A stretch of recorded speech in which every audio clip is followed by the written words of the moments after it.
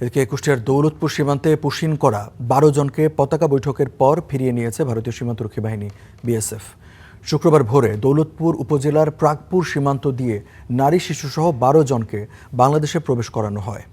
তবে বিজিবি ও স্থানীয় জনতার বাধার মুখে সেই চেষ্টা ব্যর্থ হয়। ৪ দিন ধরে সীমান্তের শূন্য রেখায় অবস্থান করছিল তারা। এদিকে চুয়াডাঙ্গার দর্শনা জয়নগর সীমান্ত দিয়ে গতকাল ভোরে ১১ জন নারী পুরুষকে বাংলাদেশে ঠেলে দেওয়ার চেষ্টা করে বিএসএফ। পরে বিজিবি ও স্থানীয়দের বাধায় ওই ১১ জনকে আবারও ভারতের ভূখণ্ডে পাঠানো হয়। গতকালের ঘটনার পর থেকে সীমান্তের ১১৩ কিলোমিটার জুড়ে বাড়ানো হয়েছে টহল আর জনবল। পুশিন ঠেকাতে বিজিবির সাথে রাতে সীমান্ত পাহারা দিচ্ছেন স্থানীয়রা।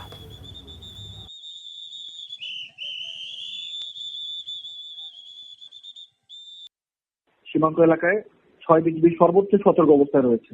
কোনো অবস্থাতেই যেন অবৈধ অনুপ্রবেশ বা পুশিং সংঘটিত না হয় সে লক্ষ্যে সীমান্তে আমরা অতিরিক্ত সতর্কতা জারি করেছি এবং টহল ও জনবল বৃদ্ধি করা হয়েছে। এছাড়াও সীমান্তবর্তী এলাকার জনসাধারণকে সঙ্গে নিয়ে বিজিবি সার্বক্ষণিক নজরদারি কার্যক্রম পরিচালনা করছে।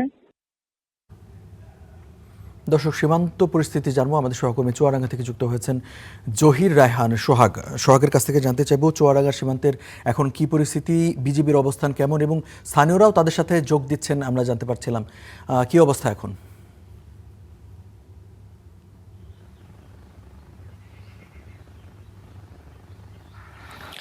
রঞ্জু, গতকাল ভোরে ঠিক দর্শনা জয়নগর সীমান্তের ঠিক আমি যেখানে দাঁড়িয়ে আছি এদিক দিয়েই ১১ জনকে পুশ ইনের চেষ্টা করে বিএসএফ, কিন্তু বিজিবির কঠোর অবস্থানের কারণে তারা কিন্তু আবারও তাদের শূন্য রেখার বাংলাদেশের ভূখণ্ডের বাইরে তাদেরকে রেখে আসা হয়। এখানে বিজিবির সাথে কাজ করছে স্থানীয় যারা বাসিন্দা আছেন তারাও, এবং বিজিবি এরপর থেকে কিন্তু আরও কঠোর অবস্থানে রয়েছে।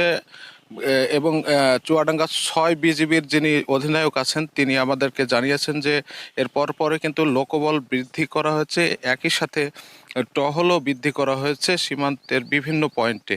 এবং আরেকটি বিষয় জানিয়ে রাখি যে এর বিজিবির সাথে রাত এবং দিনে সবসময় কিন্তু যারা স্থানীয় সীমান্ত বাসিন্দা আছেন তারা কিন্তু টর্চ লাইট এবং লাঠিবাস নিয়েও সীমান্ত পাহারা দিচ্ছেন এবং দেশের সার্বভৌমত্ব রক্ষায় কিন্তু বিজিবির সাথে তারা একযোগে কাজ করছেন। এবং এই পরিস্থিতিতে বিজিবির পক্ষ থেকে বলা হয়েছে যারা সীমান্তবর্তী এলাকায় চাষাবাদ করেন কৃষকরা আছেন তাদেরকে একটু সতর্ক অবস্থানে থাকতে বলা হয়েছে এবং 0 পয়েন্টে অর্থাৎ বাংলাদেশের শূন্য রেখায়, বাংলাদেশ এবং ভারতের ভূখণ্ডের শূন্য রেখায় যেতে তাদেরকে নিরুৎসাহিত করা হচ্ছে। এক্ষেত্রে কৃষিকাজ কিছুটা ব্যাহত হচ্ছে বলে কৃষকরা আমাদেরকে জানিয়েছেন।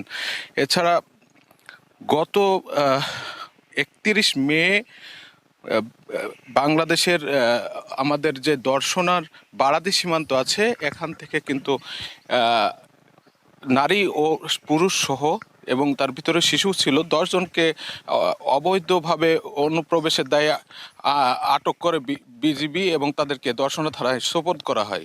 তো এই অবস্থায় সীমান্ত একটু পুশ ইন সংখ্যা চলছে। রঞ্জু, সোহাগ, আপনাকে ধন্যবাদ।